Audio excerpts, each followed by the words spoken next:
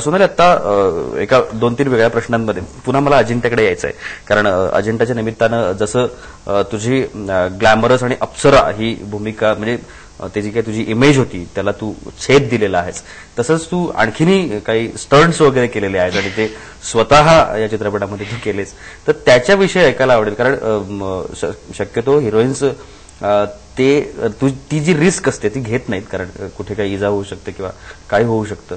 पण 60 फुटावरून खाली झेप घेणं वगैरे असे काही काही प्रकार केले, तर ते त्याच्याविषयी आणि तो अनुभव ऐकायला आवडेल. नक्कीच. मुळात सिनेमा जेव्हा पहिल्यांदा सिनेमाचं वाचन झालं तेव्हाच सरांनी सांगितलं होतं की ह्याच्यातला एक खूप महत्वाचा सीन आहे जो इंटरव्हल पॉइंटला येतो, जेव्हा तिचा लाडका धबधबा हा जो आहे तो तिच्या आयुष्यातला खूप महत्वाचा अंग आहे. तिची मैत्रीण, तिची बहीण, तिची आई, तिचा भाऊ, तिचा प्रियकर अशा वेगवेगळ्या रिलेशनशिप्स ती त्या धबधब्याबरोबर शेअर करते. तो तिचा आरसाही आहे. त्यामुळे तिला काही वाटलं आयुष्यात, जगात किंवा रोज, तर ती त्या धबधब्याशी जाऊन दिनक्रमात रोज जाऊन त्याच्याशी शेअर करत असते. तर एका पॉइंटला जेव्हा तिला आयुष्यात आता या पुढे मला काहीच जगण्यात इंटरेस्ट नाहीये, ती त्या धबधब्याजवळ येते आणि तिथून ती स्वतःला झोकून देते. तो डोक्यात होता आधीपासून की हा शॉट करायचा आहे आपल्याला आणि असे बरेच काही डेअरडेव्हिल स्टंट्स करायचे आहेत.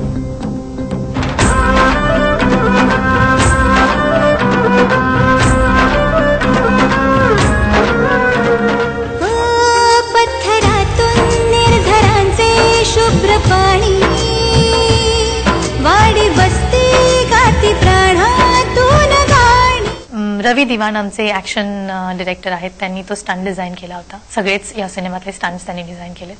त्यांनी मला तो त्यांच्या असिस्टंटनी करून दाखवला आणि मी ते बघितल्यानंतर एक क्षण आय स्टील रिमेंबर की एक्झॅक्टली मला काय झालं होतं. कारण तो इतका खतरनाक स्टंट होता की मी आजपर्यंत कधी फ्लोअरवरती योगा करताना हेडस्टँड सुद्धा केला नाहीये.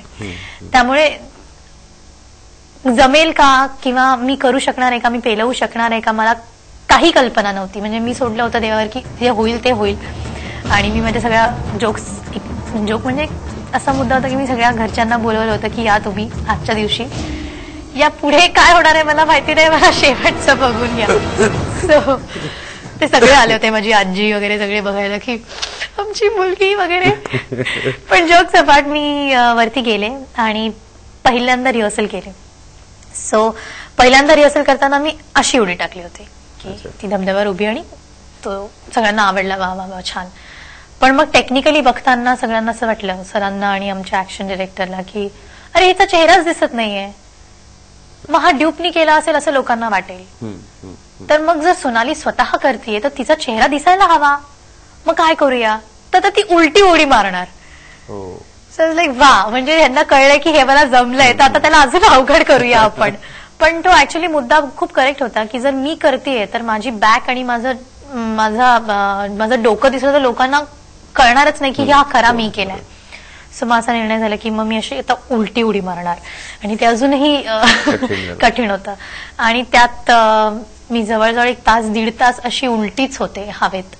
सगळं जग उलट आणि सगळ्या इंडी स्टुडिओ अख्खा मला उलटा दिसत होता. पण it was really really amazing.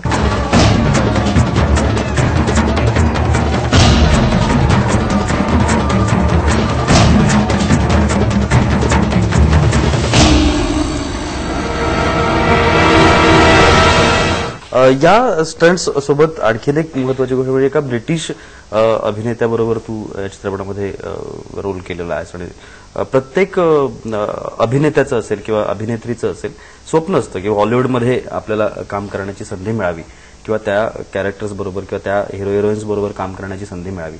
या चित्रपटाच्या निमित्तानं तुझ्याही मनातली ती इच्छा पूर्ण झाली. पण तो एक्सपिरियन्स कसा होता, कारण एक बॉलिवूडचा अभिनेता आणि मला वाटतं 7-8 अभिनेत्यांच्या मुलाखती घेतल्यानंतर तो सिलेक्ट झालेला एक अभिनेता होता, त्याच्यासोबत तुला या चित्रपटामध्ये काम करायचं होतं. तो एक्सपिरियन्स कसा होता? खूप चांगला होता. म्हणजे आमचे वर्कशॉप सुरू होते शूटिंगच्या एक आठवडाभर आधी आणि आम्ही रोज त्या गेटअपमध्ये, त्या कॉस्ट्युम आणि त्या मेकअपमध्ये रिहर्सल्स करायचो की त्याच्यातलं काय आवडत नाही, काय आवडतंय किंवा कॅमेरामॅनला काय बरं दिसत नाही. तर एक आठवडाभर आम्ही तो एक वर्कशॉप केला होता. तो सगळ्याच दृष्टीने खूप फायदेशीर झाला. आणि मग तो फिलिप स्कॉट वॉलस जो रॉबर्ट गिल साकारतो या सिनेमात, तोही जॉईन झाला आम्हाला. आणि जेव्हा पहिल्यांदा तो मला भेटला तेव्हा मी पारोच्या वेशात होते, काळी झालेली आणि त्या कॉस्ट्युम मध्ये. आणि बरेच दिवस मी त्याला तशीच भेटत होते, म्हणजे मी डायरेक्ट सीनच्या रिहर्सल्सलाच भेटत होतो. तर त्याला माहितीच नव्हतं की ही खरी अशी दिसते किंवा ही कशी दिसू शकते हे त्याला माहिती नव्हतं. आणि आम्ही सुरुवातीला टाळलं होतं एकमेकांशी बोलणं, कारण मी इंग्लिश मला येतं हे कम्प्लिटली विसरायचं होतं. कारण पारो ही फक्त मराठीत बोलते आणि पारोला रॉबर्ट गिलचं म्हणणं काही कळत नसतं आणि रॉबर्ट गिलला पारोचं कळत नसतं. सो ती ऑथेंटिसिटी जपायची होती आणि माझ्यासाठी जरा कठीण होतं, कारण मी इंग्लिश मीडियममध्ये शिकलेली आहे आणि सडनली मला इंग्लिश येत नाही, हा एक ही समज करून घ्यायची होती स्वतःसाठी. जे मी अशा पद्धतीने करायचा प्रयत्न केला की त्याच्याशी बोलूच नाही किंवा तो जे काही बोलतोय ते आपल्याला कळतच नाही, ऐकूच येत नाही, असाच आपण एक अविर्भाव आणून आत्ता प्रयत्न करूया, म्हणजे शूटिंगच्या दरम्यान आपल्याला त्याची मदत होईल. त्यामुळे बरेच दिवस आम्ही एकमेकांशी इंटरॅक्ट करत नव्हतो. अजिंठाचं शेड्यूल आम्ही जे केलं 12 दिवसांचं, त्याच्यात देखील आमचे बरेच सीन्स नव्हते. त्याचे सेपरेट सीन्स होते, माझे सेपरेट सीन्स होते आणि गाणी होती. त्यामुळे त्याचं आणि माझं एकमेकांशी संवाद साधण्याचा तो मुद्दा कधी आलाच नाही. फायनली जेव्हा आम्ही परत कर्जतला आलो तेव्हा आमचे सीन्स शूट करायचे सुरू झाले, जेव्हा रॉबर्ट गिल आणि पारोचं प्रेम कसं होतं आणि मग त्यांच्या मधली ती केमिस्ट्री आणि या सगळ्या गोष्टी. सो मला वाटतं ते हळूहळू खुलत गेलं आमचं रिलेशनशिप सिनेमातलं, जे तशा पद्धतीनेच अपेक्षित होतं की ते आधी मिसअंडरस्टँडिंग, मग ते कळतच नाहीये काय म्हणणं आहे, तरी मग हळूहळू डोळ्यातनं एकमेकांच्या बॉडी लँग्वेज मधनं समजण्याचा प्रयत्न आणि मग एका पॉइंटला कळतंय असं सगळं समजून रिलेशनशिप पुढे नेणं आणि मग पुढे जाऊन कळणं की नाही, कळतच नाहीये आपल्याला काही, की हा काय बोलतोय किंवा मला जे सांगायचंय त्या व्यक्तीला कळतच नाही. आणि त्यामुळे सिनेमा एका अशा वळणावर पोचतो की जिथे ती एक शोकांतिका होते. Who really are you? तुम्ही काय बोलताय मला काय बी कळत नाही.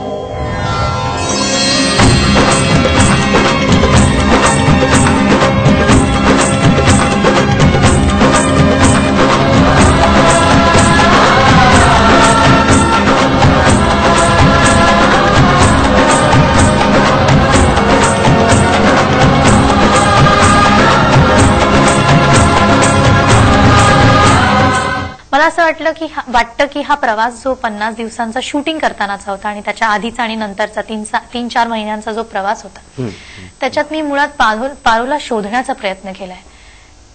सगळ्यात आधी तिचा शोध, तिला समजून घेण्याचा, तिला जगण्याचा आणि जगवण्याचा एक प्रयत्न केलाय, जो कितपत यशस्वी होतोय हा मला वाटतं महाराष्ट्रातील जनता बघितल्यानंतर ठरवतील. पण हा प्रवास अजून देखील सुरू आहे. खूप चांगल्या पद्धतीचे सिनेमे तुला तुझ्या करिअरमध्ये करायला मिळाले. बकुळा नामदेव घोटाळे असेल किंवा नटरंग सारखा सिनेमा असेल, त्याने तुझ्या पूर्ण करिअरला कलाटणी दिलेली आहे. आणखीन एक आता हा अजिंठा नावाचा चित्रपट तुझ्या वाट्याला आलाय, जो अशाच पद्धतीनं पुन्हा तुझ्या करिअरचा माइलस्टोन ठरेल अशा याच्यामध्ये आहे. तू आत्ता काय फील करते आहेस? म्हणजे कारण चित्रपट रिलीज झाल्यानंतर हे तुला विचारणं कदाचित, कारण तेव्हा सोपं झालेलं असेल आणखीन तुझं उत्तर, पण आत्ता ते रिलीज व्हायच्या अगोदरची जी काही घालमेल असते की आपण सगळं आता एवढं केलंय पण त्याचं आता फळ काय मिळणार ते अजून माहित नाही, ते गुपित आहे 11 तारखेपर्यंत. तर आत्ता कुठल्या मानसिक स्थितीतून जातेस? ऍक्च्युली लिटरली हेच वाटतंय मला आता, कारण गेले 6 महिने, आता 6 महिने झाले पूर्ण या सिनेमाच्या संपूर्ण प्रक्रियेत आणि प्रवासातनं जाताना. आता या घडीला काय वाटणार लोकांना, कसं वाटेल असं वाटतंय. कारण शेवटी कुठेही महाराष्ट्रात किंवा महाराष्ट्राच्या बाहेर मराठी वाचकांना पारो आणि रॉबर्ट गिलची ही शोकांतिका प्रेमकहाणी माहिती आहे. तरीही पारो विषयीची जी एक कॉन्ट्रोवर्सी किंवा तिच्याबद्दलची उत्सुकता, कुतूहल हे सगळं या सिनेमात एका विशिष्ट पद्धतीने आम्ही मांडण्याचा प्रयत्न केलाय. जो प्रयत्न माझ्या मते आम्ही प्रामाणिकपणे केलाय की नाही, आम्हाला ही पारो अशी समजली, आम्ही ती अशा पद्धतीने दाखवतोय. आणि इट्स अ फिक्शन, एका खऱ्या घटनेवर किंवा एका खऱ्या कहाणीवर आधारित ही एक फिक्शनल काल्पनिक कहाणी आहे जी आम्ही या सिनेमातनं मांडतोय. आणि मला सगळ्यात मोठा आधार आणि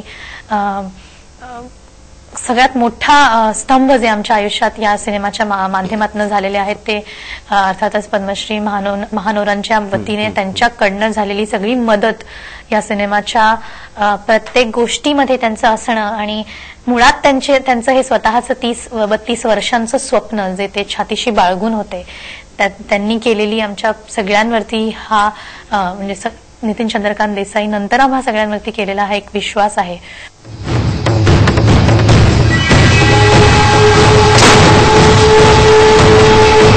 परत जर त्याचं कडक केलीस तर त्याला तिथंच काढून टाकाल.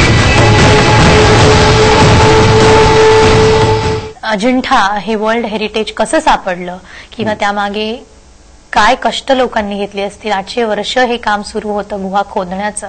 2000 वर्षांपूर्वी त्या गुहा कशा शोधल्या असतील, त्याला जपवून ठेवण्याचा काय प्रयत्न केला असेल, याच्यावरती हा सिनेमा भाष्य करतो. हा सिनेमा इतक्या मल्टीलेअर गोष्टींवरती मधून जाणारा हा सिनेमा आहे. तर इतकं कॉम्प्लिकेटेड विषय हाताळताना जेव्हा आम्ही लोकांसमोर फायनली हा प्रॉडक्ट घेऊन येतो तेव्हा नेमकं काय वाटतं हे सांगणं मला तरी आता या क्षणाला खूप कठीण जात आहे. नक्कीच नक्कीच. आपण लोकच आपल्याला 11 तारखेनंतर सांगतील असं म्हणूया. आणि शुभेच्छा तुला, तुझ्या सगळ्या टीमला या चित्रपटाच्या निमित्तानं. आज तू इथं आलीस, आमच्याशी खूप मनमोकळ्या गप्पा मारल्यास आणि खूप छानपणे अजिंठा काय आहे ते आता लोकांना समजलं असेल कदाचित. त्यामुळे त्या उत्सुकतेपोटी लोक नाही, मला असं वाटतं हा अजिंठा आम्हालाच अजून देखील समजलेला नाही, कारण इतका भव्य दिव्य प्रचंड आहे आणि आय थिंक या जन्मात तरी समजणं शक्य नाही. नक्कीच. शुभेच्छा तुला, तुझ्या सगळ्या टीमला. आणि निश्चितपणानं तुला जे काही यश आतापर्यंत मिळत आलंय तसंच यश या चित्रपटाच्या माध्यमातून तुला मिळो ही प्रार्थना करूया आणि इथेच थांबूया. धन्यवाद.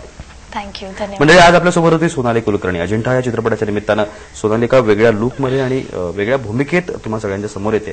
तिने आतापर्यंत जे काही केलेले रोल्स आहेत ते त्याला तुम्ही सगळ्यांनीच भरभरून प्रतिसाद दिलाय. हाही रोल तुम्हाला तेवढाच तिचा आवडेल अशी अपेक्षा बाळगूया. आणि आज इथेच थांबूया. पुन्हा भेट पुढच्या रविवारी नव्या सेलिब्रिटीसह. तोपर्यंत नमस्कार, गुड बाय.